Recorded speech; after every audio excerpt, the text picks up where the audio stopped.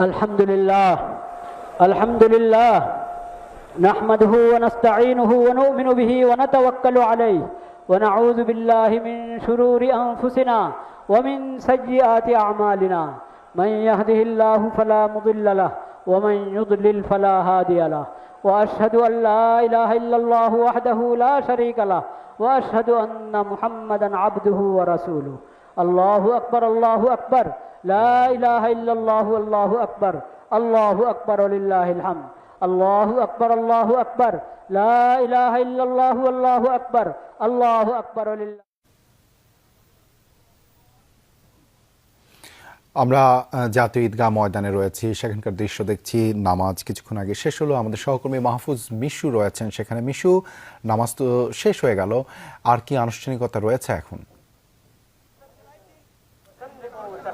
নামাজের পরে দেবাশিস খুতবা চলছে, দোয়া পড়া চলছে এবং সামনে রয়েছেন বাংলাদেশের রাষ্ট্রপতি মোহাম্মদ শাহাবুদ্দিন, রয়েছেন প্রধানমন্ত্রী জনাব তারেক রহমান, বাংলাদেশের প্রধান বিচারপতি রয়েছেন, এছাড়া মন্ত্রী পরিষদের সদস্যরা, তিন বাহিনীর সিনিয়র কর্মকর্তাবৃন্দ, ঢাকার দক্ষিণের যিনি প্রশাসক তিনি রয়েছেন এবং অন্যান্য নেতৃবৃন্দ রয়েছেন। সব মিলিয়ে প্রায় 330 জন ভিআইপি ভিভিআইপি এই জাতীয় ঈদগাহ ময়দানে নামাজ আদায় করছেন। এখন সেই আনুষ্ঠানিকতা চলছে। বাইরে যদি আমরা দেখি যে ঈদগাহ ময়দান যেটি ছিল ভেতরে, সেটি ছাড়িয়ে কিন্তু রাস্তায় প্রচুর মানুষকে আজকে নামাজ পড়তে হয়েছে এবং নামাজ শেষে অনেকেই বাড়ির উদ্দেশ্যে রওনা করেছেন, কারণ গড়ি গড়ি বৃষ্টি পড়ছে। আমরা কোথাও কোথাও কোলাকুলি করতে দেখছি, মানুষের ভিতরে ছবি তোলা, নানা আনুষ্ঠানিকতা সেগুলো চলছে এবং একটু পরেই মোনাজাত হবে এবং সেই মোনাজাতে বাংলাদেশ সহ মুসলিম বিশ্ব, মুসলিম উম্মার শান্তি কামনা করে, সারা পৃথিবীর মানুষের জন্য শান্তি কামনা করে মোনাজাত করা হবে।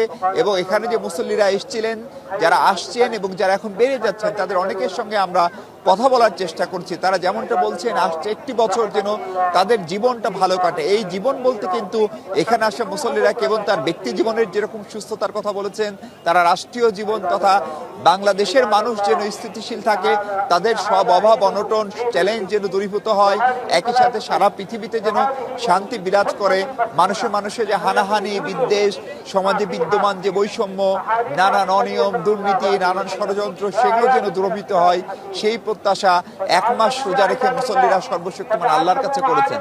এবং তারা এটিও বিশ্বাস করতে চান, একসাথে অনেক মানুষ সর্বশক্তিমান আল্লাহর কাছে হাত তুললে সেই প্রার্থনা আল্লাহ কবুল করেন। ফলে এখানে যে প্রায় লাখখানেক মানুষ কিংবা লাখের বেশি মানুষ সর্বশক্তিমান আল্লাহর কাছে যেটি চাচ্ছেন, সেটি নিশ্চয়ই স্রষ্টা শুনবেন।